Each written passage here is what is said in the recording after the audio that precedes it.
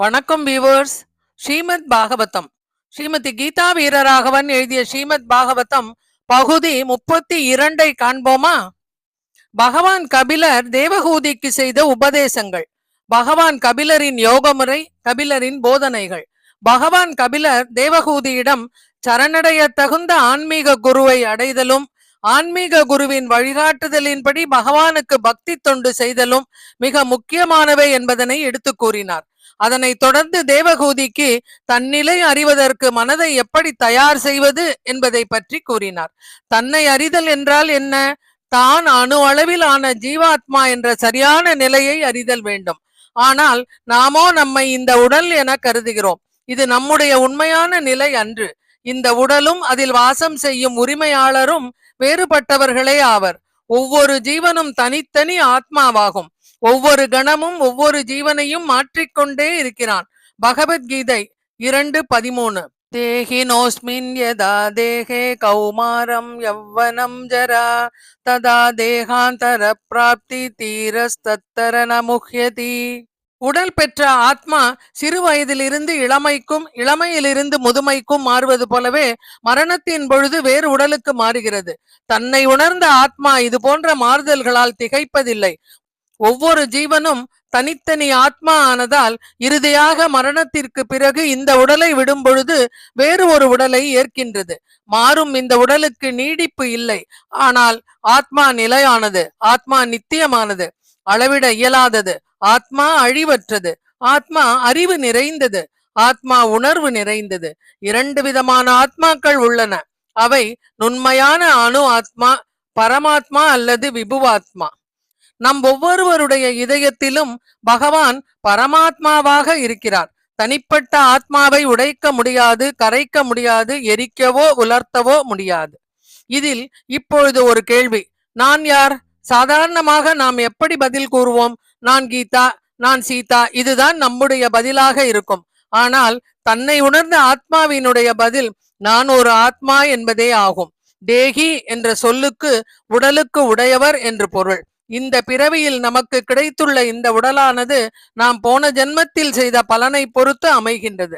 அதுபோலவே நாம் இந்த பிறவியில் அடுத்த பிறவிக்கான உடலை தயார் செய்து கொண்டு இருக்கின்றோம். நம் ஒவ்வொருவருடைய எண்ணமும் அடுத்த பிறவி என்பதே இல்லாமல் பகவானுடைய ராஜ்யத்தை அடைவதாகும். அங்கு சென்று பகவானுக்கு தொண்டு செய்வதே நம்முடைய நோக்கமாக இருக்க வேண்டும். நாம் ஒவ்வொருவரும் மரணத்திற்கு பிறகு வேறு ஒரு உடலில் இருக்கின்றோம். நாம் அனுபவிக்கும் துன்பமோ இன்பமோ அதனை இந்த உடல் அனுபவிக்கின்றது. இந்த உடலை விட்டு ஆத்மா கிளம்பிய பிறகு உடலினால் எந்த பயனும் இல்லை. பக்தி தொண்டில் ஈடுபட்டுள்ளவன் நல்ல தீய செயல்களின் விளைவுகளில் இருந்து தப்புகின்றான். பகவானுக்கு பக்தி தொண்டு புரிவதிலிருந்து யாரும் தடை செய்யப்படுவதில்லை. அப்படி பக்தி தொண்டில் ஈடுபடுபவன் மிக உயர்ந்த நிலையை அடைகின்றான். நாம் சிறிது சிறிதாக ஜடப்பற்றுதலில் இருந்து விடுபட்டு ஆன்மீக பற்றுதலில் முன்னேற வேண்டும். இதுவே பக்தி தொண்டுக்கு சிறந்த வழிகாட்டியாகும்.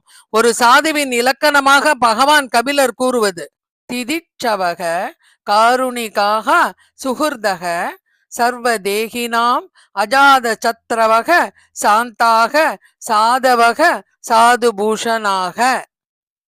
மக்கள் எப்படி இருக்க வேண்டும் என்பதனை இங்கு கூறுகிறார். சாதுவின் அடையாளங்கள் என்னவென்றால் அவர் எல்லா உயிர்களிடத்தும் கொள்ளும் சகிப்புத்தன்மை, கருணை, தோழமை ஆகும். அவருக்கு எதிரிகள் இல்லை.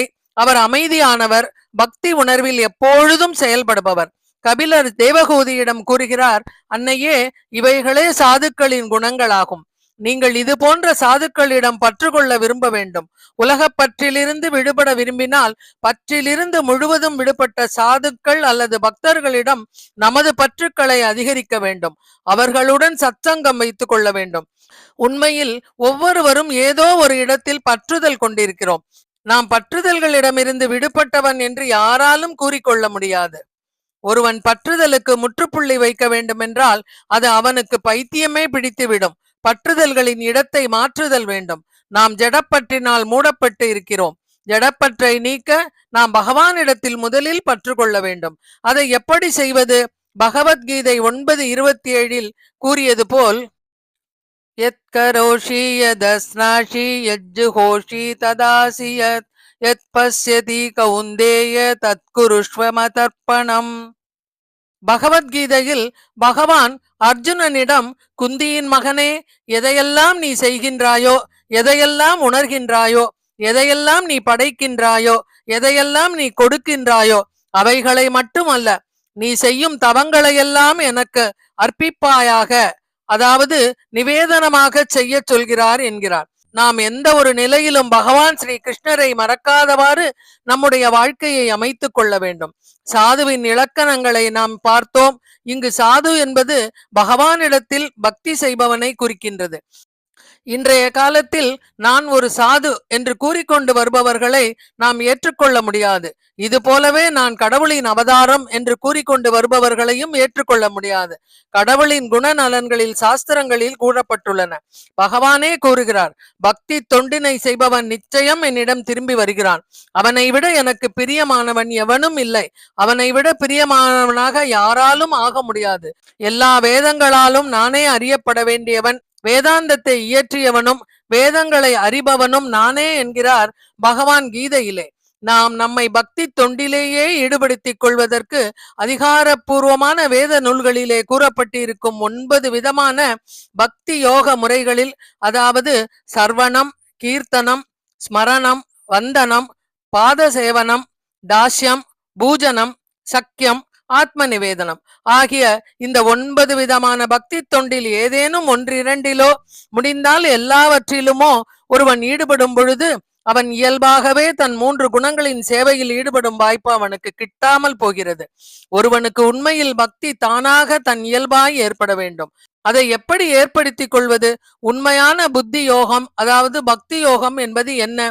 இதனை ஸ்ரீமத் பாகவதம் பகுதி 33 காண்போமா? நன்றி, வணக்கம்.